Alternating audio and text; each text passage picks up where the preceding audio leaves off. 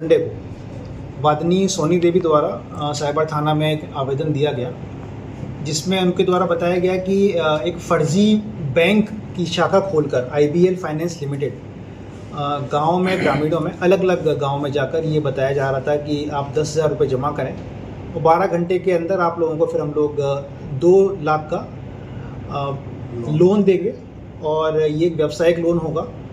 तो इस लालच में कि बहुत कम टाइम में और कम अमाउंट से लोन मिल जाएगा, कई सारे लोगों ने इसमें इन्वेस्ट किया। जो FIR के क्रम में हम लोगों को सूचना दी गई, उसमें तो 22 लोगों ने अपनी शिकायतें दर्ज करवाई हैं, बट इन लोगों को द्वारा बताया गया कि 100 से अधिक महिला और विक्टिम्स इस केस में इन्वॉल्व रहे हैं। ये जो अपराधी थे ये विभिन्न जिलों से आकर नौगछिया में लगभग 8-9 दिनों से रह रहे थे और इनके द्वारा पहले रेंट पे एक 2 मंजिला इमारत में अपना ऑफिस खोला गया। लोगों को वहाँ बुलाया गया, कॉन्फिडेंस में लिया गया कि ये एक अधिकृत बैंक की ब्रांच है और आप लोगों को लोन मिलेगा। लोग यहाँ पर आए, इनके बैंक मैनेजमेंट से मिले। एक संगठित गिरोह के रूप में इन लोगों ने लगभग 12-13 लोगों ने संगठित अपराध किया, इन लोगों को कन्विंस किया। उसके बाद लोगों से अलग अलग तरीके से पैसे जमा करवाए। तो अनुसंधान के क्रम में ये क्लियर हुआ कि काफ़ी पैसा QR स्कैनर से उषा जनरल स्टोर के नाम से भी जा रहा है। तो हम लोगों ने अनुसंधान स्टार्ट किया तुरंत इस मामले की गंभीरता को देखते हुए, और इस केस में जिस दुकान पे ये पैसा जा रहा था, उषा जनरल स्टोर, वहाँ से वहाँ के जो ओनर हैं उषा देवी पति नरेश यादव, ये रहने वाले मधेपुरा के हैं, इनको गिरफ्तार किया। इनके द्वारा बताया गया कि इनके बेटे इस गिरोह के एक बड़े मेन मेंबर हैं और इनके द्वारा 3 और लोगों के बारे में बताया गया, जो कि फिर सब्सिक्वेंट छापेमारी में ये 3 लोगों की गिरफ्तारी हुई।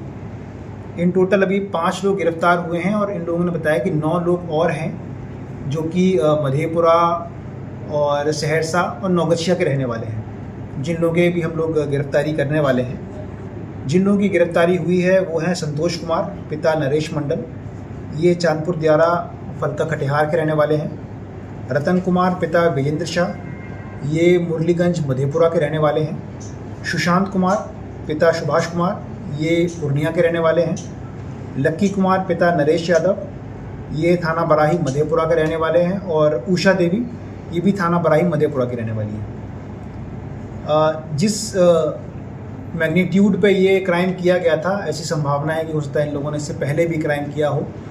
तो इस क्रम में भी हम लोग अनुसंधान कर रहे हैं कि नौगछिया से पहले इन्होंने अगर कहीं क्राइम किया है तो कहाँ किया है, तो ये अनुसंधान किया जा रहा है। छापेमारी क्रम में हम लोगों को इनके पास से mobile phones, SIM cards, scanner, नकद राशि बरामद हुई है। 8 मोबाइल बरामद हुए हैं, लगभग 12 सिम कार्ड बरामद हुए हैं, जो कि दिखाता है कि ये लोग लगातार सिम बदल बदल के अपराध कर रहे थे। 10,000 नकद, मोटरसाइकिल और एक स्कैनर बरामद हुआ है। जो लोग बचे हुए 9 लोग हैं, उनके गिरफ्तारी क्रम में हम लोग प्रयासरत हैं। सर, टोटल कितने पैसे इन लोग को खाते में आया होगा?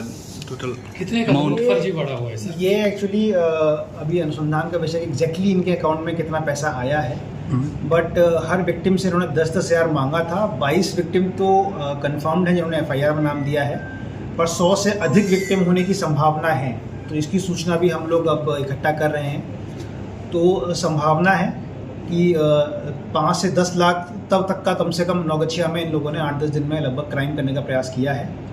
उसमें से कितने लोग पैसे दिए, कितने लोग रह गए, ये भी अनुसंधान क्रम में हम लोग को मालूम है।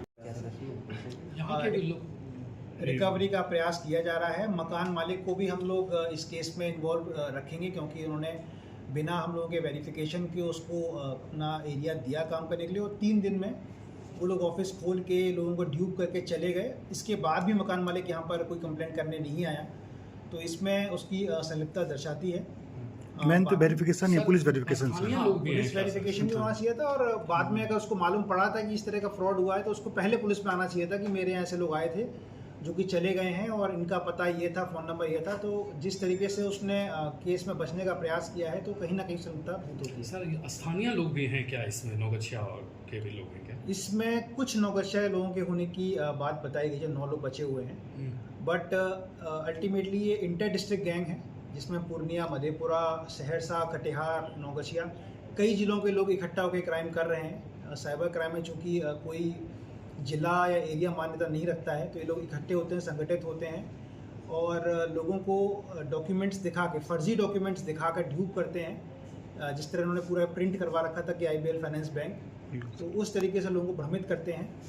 हमारा लोगों से यही एक एडवाइस है, रिक्वेस्ट रहेगा कि बहुत जल्दी पैसा बढ़ाने का कोई भी योजना जनरली क्राइम में ही कन्वर्ट होता है, साइबर क्राइम होता है। तो जब तक आप लोग प्रॉपर्ली वेरीफाई नहीं कर दें, कोई पैसा ना दें। आपका पैसा बहुत मेहनत से आता है, तो इसमें थोड़ा सा डबल चेक ज़रूर करें पैसा देने से पहले।